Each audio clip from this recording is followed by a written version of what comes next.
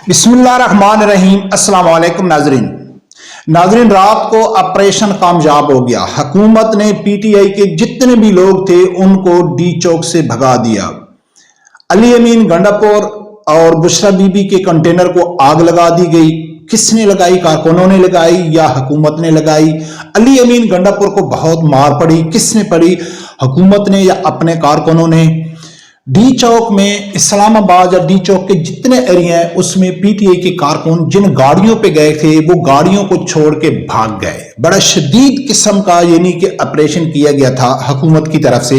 अब इस्लामाबाद में पीटीआई के जो कारकुन हैं उनको छुपने की जगह नहीं मिल रही है। वजह क्या है, क्या हुआ है? आज सुबह मैं नमाज पढ़ के भी वीडियो बना रहा हूं, लेकिन पूरी रात की जो सूरत हाल है, जैसा कि लास्ट वीडियो में मैंने दावा किया था, वो तकरीबन सच हुआ है। पूरी रात की जो सूरत हाल है वो मैं आप लोगों के सामने रखता हूं। नाजरीन, कल शाम को डी चौक में पहुंचे पीटीआई के कारकुन। डी चौक में उनका इस्तकबाल किया गया। फौजी कंटेनरों के ऊपर खड़े थे, उनको मिले, उनको गले लगाया और जितनी भी फोर्स थी डी चौक में उनको पीछे कर दिया गया। उनको बोला आ जाओ। इस मनाजिर को देख के मेरे समेत जितने भी सहाफी हैं, जितने भी हैं, उन्होंने हुकूमत के ऊपर तनकीद शुरू कर दी कि यार देखो ये क्या है, ये तो यानी कि इनको फ्री हैंड दिया जा रहा है, इनको सख्ती से निपटना चाहिए। लेकिन अल्लाह गवाह है कि मैं एक दिल में मुझे पूरा यकीन था कि यार नहीं, ऐसा नहीं होगा, ये इनके साथ चाल चली जा रही है। हुआ क्या, जैसा कि मैंने लास्ट वीडियो में जिक्र किया कि हुकूमत को ये मालूम था कि अली अमीन गंडापुर को अगर हमने अपने कंट्रोल में कर भी लिया तो कारकुन हमारे कंट्रोल में नहीं आएंगे। लिहाजा हम उस शख्स को अपने कंट्रोल में करना चाहिए जिस शख्स से कारकुन मुतमईन हो। अगर वो कोई हमारे साथ डील करे, फैसला करे, तो उन्होंने बुशरा बीबी को आगे लेके आए। अब यहां क्या हो गया कि बुशरा बीबी भी हुकूमत में कंट्रोल में आ गई थी, लेकिन कारकुनों ने अली अमीन गंडापुर और बुशरा बीबी को घेराव में ले लिया कि खबरदार आप यहां नहीं भाग सकते। अब ऑपरेशन की डबल जरूरत पड़ गई। एक तो ऑपरेशन की इसलिए कि उन्होंने इस्लामाबाद के ऊपर कब्जा करना था, यानी कि काफी तादाद में लोग थे। दूसरा, जो मौजूदा एक मुल्क का वजीर आला है केपीके का, उसको कारकुनों ने घेर लिया, उसकी गाड़ी के ऊपर चढ़ गए और उनको मारना शुरू कर दिया। और एक वीडियो भी सामने आई कि बड़ी बड़ी बहुत मार पड़ी हुई है अली अमीन गंडापुर को। हुआ क्या नाजरीन के सबसे पहले डी चौक में पहुंची बुशरा बीबी। कारकुन पहुंच गए, पीछे था उसके अली अमीन गंडापुर 3-4 किलोमीटर जितना भी पीछे था। जब वो पहुंचे तो ये खुश हो गए। अब अली अमीन गंडापुर को मालूम था कि बुशरा बीबी डी चौक पहुंच गई है, लेकिन अली अमीन ने गाड़ी पीछे खड़ा कर दिया। वो डी चौक नहीं जा रहा था। कारकुनों ने उसको घेरा लिया, गाड़ी में बंद कर दिया कि भाई आप आगे जाओ, नहीं तो हम आपको मारेंगे। ये वीडियो आई कि अली अमीन को हम मार देंगे, उसके घर को पेशावर वाले को गिरा देंगे, इस तरह के। लेकिन अली अमीन गंडापुर आगे नहीं गया। हुकूमत ने क्या किया कि वहां बुशरा बीबी जो ही पहुंची तो उन्होंने फौरन 20 मिनट के अंदर अंदर डी चौक खाली करा दिया। अब डी चौक खाली कैसे हुआ? बुशरा बीबी वहां से निकली, जो बड़े बड़े दावे करके आ रही थी ना कि हम वापस नहीं जाएंगे, डी चौक तो पहुंच गए थे। तो बुशरा बीबी ने डी चौक खाली क्यों किया? बुशरा बीबी डी चौक से रिमूव हो गई। वो हुई तो पीछे से कारकुन भी पीछे हट गए। जब कारकुन पीछे हट गए तो कारकुनों को पता चल गया है कि अब ये जो हमारी क़यादत है ये कंप्रोमाइज हो गई है, ये हमको फिर हमारे साथ धोखा कर रही है।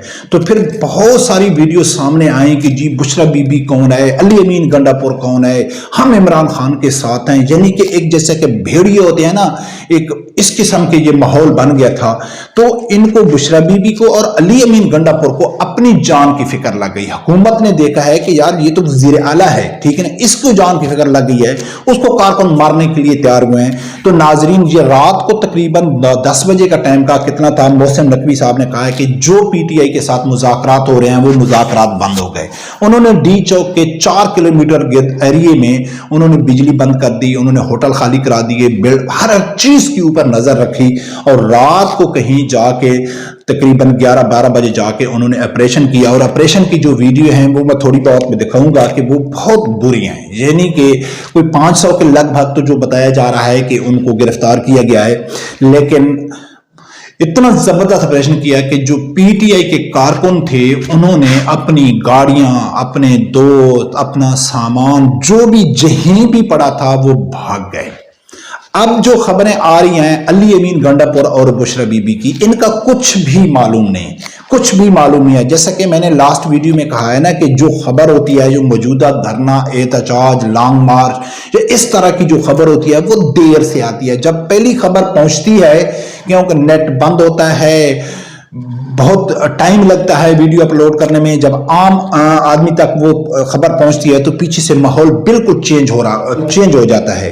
تو اسی طرح جو صبح 6 بجے تک حالات تھے، جو ویڈیو سامنے آ رہی تھی، تو وہاں پی ٹی آئی کا کارکن نہیں تھا، بالکل ڈی چوک اس کے گرد سینٹورس ایریا ہو گیا، اسلام آباد کو پاک کر دیا اور گاڑیاں چھوڑ کے پی ٹی آئی کے کارکن بھاگ گئے۔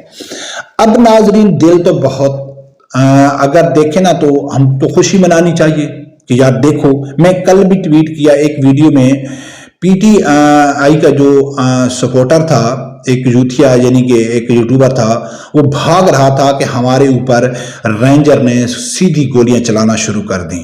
تو میں اس ٹائم ٹویٹ کیا اور ویڈیو ٹویٹ میں لگائی کہ دیکھو یار، قسم سے دل خوش نہیں ہو رہا ہے، دل خوش نہیں ہو رہا ہے کہ کسی مسلمان بھائی کے اوپر، کسی کے اوپر گولیاں چل رہی ہیں۔ لیکن یہ خبریں ہم تحریک لبیک کے دور میں دیکھتے تھے، عمران خان کے دور میں دیکھتے تھے کہ سیدھی گولیاں چلانا، ہیلی کاپٹر میں گولیاں چلانا، تحریک لبیک کے لوگوں کو اتنا شہید کیا، ان لوگوں نے اتنا نقصان کیا، اور یہی جو پی ٹی آئی کے کارکن تھے یہ کہتے تھے آپ جھوٹ بول رہے ہیں، ایسا تو کچھ ہوا بھی نہیں ہے۔